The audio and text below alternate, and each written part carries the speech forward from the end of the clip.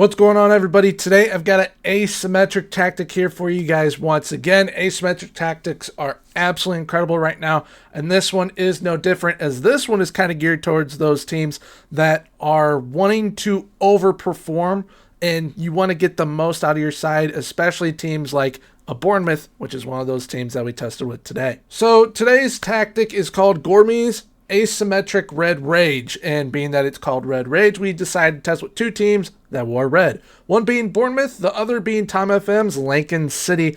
Both did absolutely fantastic. Now Bournemouth, they found themselves finishing in 5th due to goal differential. They finished slightly behind Arsenal goal differential wise, and I mean that's absolutely fantastic that a club like Bournemouth, who's supposed to finish in 17th because of the media prediction, they ended up finishing in 5th and missed out on Champions League football by goal differential. But being that next year would be the new Champions League format, they probably would get that spot due to all of the coefficients and everything working out. But in the other competitions, they got knocked out in the quarterfinal of the FA Cup by Man City, and they were runners-up in the Carabao Cup. So this tactic definitely, like I said, helps these smaller teams overperform their expectations. And when it comes to the Lincoln City Red Imps, how did they do? Well, they're supposed to finish in 14th, and they won the league on 92 points. They did absolutely fantastic, scoring 103 goals as well. Now with this tactic, a majority of your goals are going to be coming from your striker and your wingers. As we can see here with Bournemouth,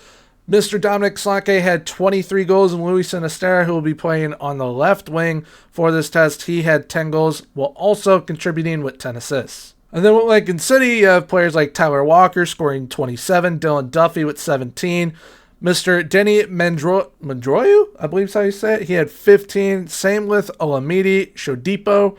Then Rico Hackett had 13. So the attacking front four really help contribute to goals. That is their job, but you will also get some decent assist numbers from your wingbacks. And so here we are with the tactic. It's got an advanced forward on attack up top, an inverted winger on attack on the left, winger on attack on the right, an advanced playmaker on support slightly behind and to the right of the advanced forward on attack, a box-to-box midfielder on support so that he can help in both the attack and defense.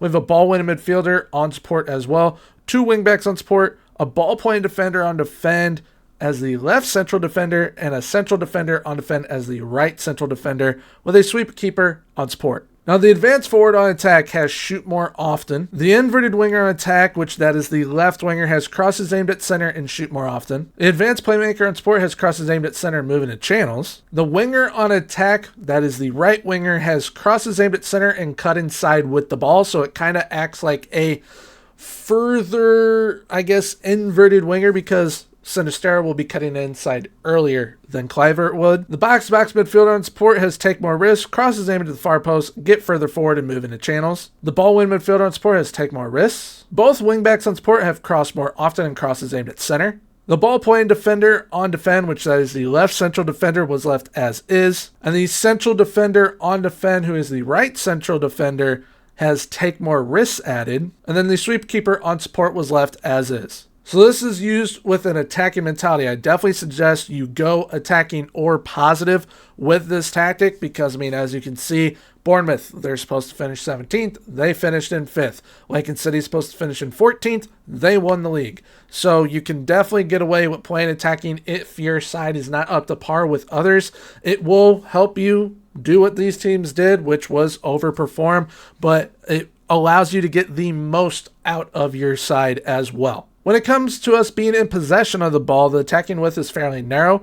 We overlap on the left and the right with those wing backs, play out from the defense. We have a shorter passing directness and a slightly higher tempo. We work the ball into the box using mixed crosses in the final third. When in transition, we counter-press and counter and distribute to the fullbacks and center backs. And once out of possession, we have a high press line of engagement and a high defensive line with a more often trigger press. So if you want to utilize this tactic and use this to help take your team to the top of world football, I will have a link down below in the description to my Discord. That is where you're going to be able to download from. It'll be in the download section of my Discord. Have a boatload of tactics in there for you guys to utilize, as well as a whole bunch of other things you guys can download and implement into your FM saves and your Football Manager world. But with that being said, why not check out all the tactics I have done so far this year? I'll also be popping up all the FM24 videos I've done this year as well. But if you have enjoyed, please feel free to leave a like, comment, and subscribe. Subscribing is 100% free, so why not hit the sub button. And until next time, everyone, have a good one. Bye-bye.